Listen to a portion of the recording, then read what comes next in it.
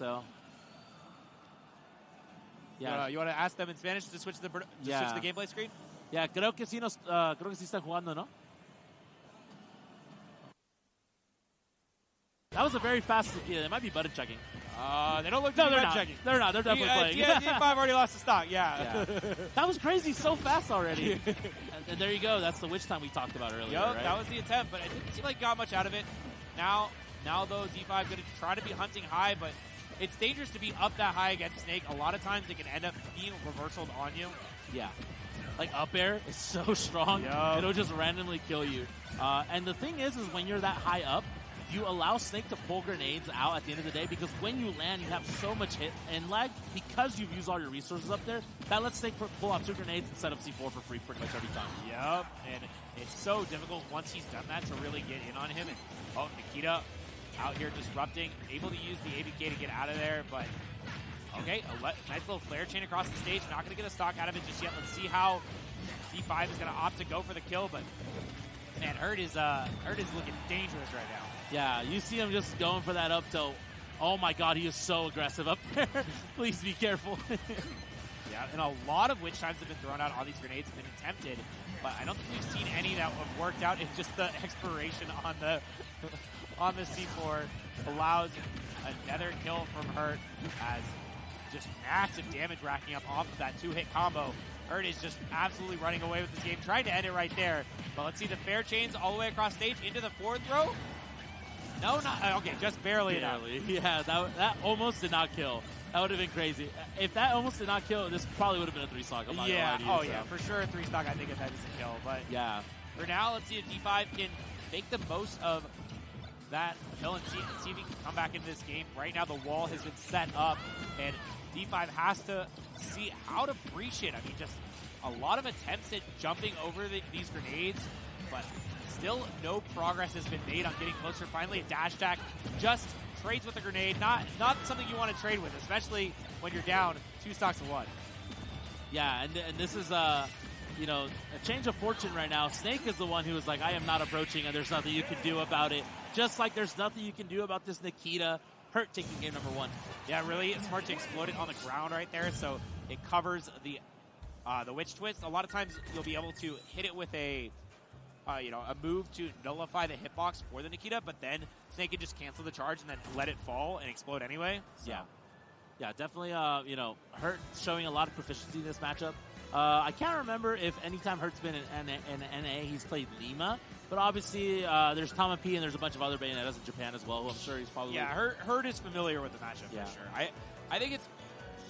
One of the things about Japanese players as well is they're a lot less able to deal with that. Yeah, they don't get matchup checked as hard, you know? I feel like there's so much diversity in their scene over there that we don't really get to see here in NA. So, like, one of the big things that makes me think that he knows the matchup very well is every time you do fuel slide, you just wait for the hit on the shield and then just down and out of shield. Yep. It's just such a good get-off-me tool, great combo game, so I'm really excited to see how it that was like frame 3, too. Yeah, absolutely. It's brutal. Like, why is it that fast? Why does it deal 7 billion damage as well? Already, we see the second game starting very similarly to the first one. It's just a tough ask to be able to fight on even footing with Hurt. And even when you get the witch time, Hurt is just too far away for him to actually get activated on. So he just gets to get out for free. Yeah, and specifically the angles that he's recovering at as well, it makes it so much more difficult for Bayonetta to actually go out there and try to get a hit.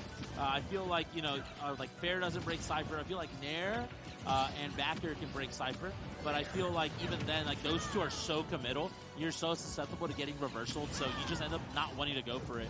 But yeah, this down situation air can as well, but it's just not something you get to do very often, like you said. And oh my gosh, 159% already, and we are almost at grenade death percent. Yep, just the fact that it's stale is probably the only reason it's not killing at the moment. Yeah, you're very correct. A little bit aggressive right there with the down smash. Dash attack definitely gonna do it, and just like that, Hurt looking very comfortable. And I think this is a little bit of like, you know, you see the matchup proficiency on Hurt's end. Yep. You don't really see it as much on D5's end right now. Yeah, I mean, it's also like player diff for sure. Like it's tough to be going against one of the top players in the world, and then also in this matchup, like it gets even more difficult when it's compounded like that. Yeah. I mean, we see like the timer usually benefits Bayonetta, but not in this matchup at all. Yeah, it's just such a minefield you have to get through to be able to find him, but finally gets the witch time on the grenade throw, not the grenade explosion. Yeah, so you were able to actually go punish. Yeah. And now we're actually relatively even on percent. Let's see if we can get one more combo out of D5, we'll be able to even it up. But once again, we have the setup. Hurt has the grenade on the platform. Sorry, the C4 on the platform, and the grenade's getting ready. But just an up air out of that witch time, that's not what you want to see. Yeah, no, usually like you need like 40% off of that one witch time if you can get follow-ups, but so far not the worst thing in the world. I mean, C4 will kill, up tilt will kill. Obviously, you know, a lot of other options will kill here at the ledge too, so just gotta be careful. I love the usage, like you see the float in from D5 and then just using the double jump just to get away to make Hurt think that you're gonna actually just land in front of him. But at up tilt, there ain't no jumping gonna save you there. Yeah, it was actually a really good bait by Hurt. He went with, it was the same situation as before. We had a grenade in hand, and D5 tried to react to the throw and use witch time, but instead, Hurt throws it up. And then the witch time is just sitting in end lag. Perfect time to run up and uphill. So far, I mean, still looking pretty good. We saw 5 dash attacks in a row from Hurt. I mean, I think we could have seen more. That dash attack might be better than like some of the characters in this game. Like the dash attack by itself, you know. That is certainly one of the best moves in the game. Yeah. Sure. Yeah. You talked about ways to punish shield slide. What about up tilt? What about killing you? Yeah. At those percents, certainly, right? Certainly going to work out. Absolutely, yeah. Seeing so much proficiency right now out of Hurt. Hurt looking really good. I mean, up 2 zip right now on D5. Lots of adaptations probably need to be made on D5's end just to give himself a fighting chance against Hurt right here. But, you know, Hurt looking calm, cool, and collected. You know, definitely looking to come out on top right here with little to no pushback, you know? Yeah, I mean, this is, you know, we talked earlier about, you know, top player versus early pools opponent. This isn't quite that. D5 is certainly a much higher caliber opponent than those round 1 pools. But at the same time, like, the diff between Hurt and your average top player is also, you know, a significant level increase. But now, okay, we see the first heel slide throw connection, and we get a big combo, 54%. D5 with a bit of a lead now. Can he keep it? Yeah, it was a lot of pressure, and you even got Hurt to air dodge, but you used so many resources that when you landed, you had so much end lag that he was able to punish accordingly. Gets the witch time and had all this time to actually go out and, you know, think of a punish for Hurt. Couldn't actually do anything. Ends up just resetting neutral. Hurt definitely getting away with that a little bit here. Yeah, and let's see what we're gonna go for. I mean, it seems like the pace slows down a little bit in the middle of the game a lot. Like D5 is opting to slow down approach, sit on the far left platform, and, you know, let Hurt make one mistake. He finally has, and that allowed D5 to get an opening. Does get an up air trade with a grenade. Not the exact position you want to be, but I do want to put my eyes on the clock a little bit. We're seeing 5:46 before the first stock taken. It's certainly a position that we did not see earlier in the game, where there's a chance that we might be able to use it for one side or the other. But we're going to see a back throw. Almost going to get the what? Wow. That was weird. Yeah. But Nikita just relentlessly pushing towards D5 is not going to find his mark. And the weak hit of the dash attack, luckily for D5, means that lives to tell another tale. Yeah, I'm surprised we didn't go for the down throw there. Yeah. Because we were at 160 pretty much. Yeah, but I think it was just before the percent that you get guaranteed up tilt. And I guess you don't get forward tilt on Bayo. I'm not 100% sure. I know there's like a list of characters that you get down throw forward tilt on at the 115 mark. Yeah. But I don't know if he's in the Bayo's in the chart. Yeah, who knows? But yeah, just like you mentioned earlier, you know, definitely paying attention to the time a little bit. That's something we talked about earlier as well, on how both of these characters in this specific matchup could just camp each other out, and like that's just the name of the game, and we might be seeing that for this game number 3. Yeah, it's certainly about a lead, and Hurt is perfectly content to sit back.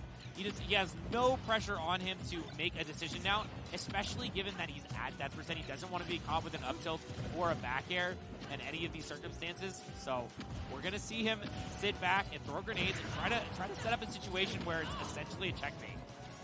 Yeah, and here it is. I mean, we see those witch times. It's still not able to do enough. That was weird. Was that grenade on her? That was the dash tag. Yeah, well, we saw the dash tag. I didn't see the grenade afterwards. Yeah, it looked like Hurt was in the quadrant up there, but actually wasn't near the blast zone. Oh, and then it just died. Yeah, that might have been a grenade. I didn't quite catch it. Yeah, that was a little weird, but definitely not what I was expecting. But at the end of the day, still having a little bit of a situation right here where, the grenade coming out immediately. If you're not airtight with your combos, that grenade's coming out 10 out of 10 times, and you can't really punish it. At the end of the day. And once again, Hurt using a lot of these Nikita cancels, so that even if you block the first hit with a projectile or a hitbox, you still just end up getting hit with the second hitbox. So okay, there though, catches the jump out, and Hurt is going to run away with the lead a little bit, but a forward smash. That's the Lima. Get off the Angel Flat, F smash one way.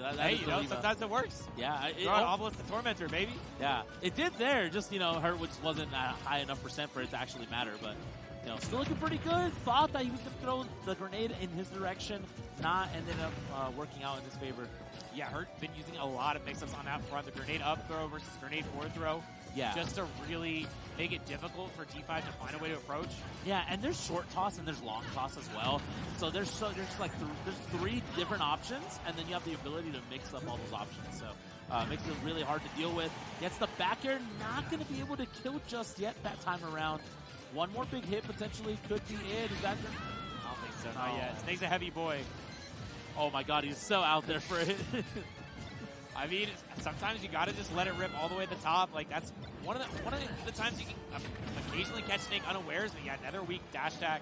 Yeah, I think he's definitely had a grenade in that last time. I think you're right, but you got caught sleeping on the platform, and Hurt is gonna secure that game. 176% on him. He didn't seem worried at all, though. No, not at all. It was just it's kind of like whenever you're just doing chores, you have some headphones on and you're just listening to music, just jamming out. Just doing your thing. It just felt like another day at the office for Hurt. So, but yeah, I mean, still was looking a lot better. I feel like the slower game actually benefited D5 a little bit more as opposed to Hurt.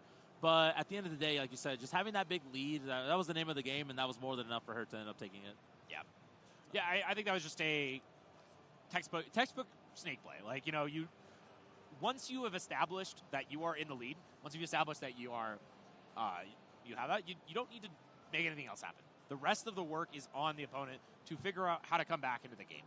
And if for some reason Hurt was behind, we might have seen a change in game plan, but really just, especially because we didn't see a change in stage. We saw always on that small battlefield.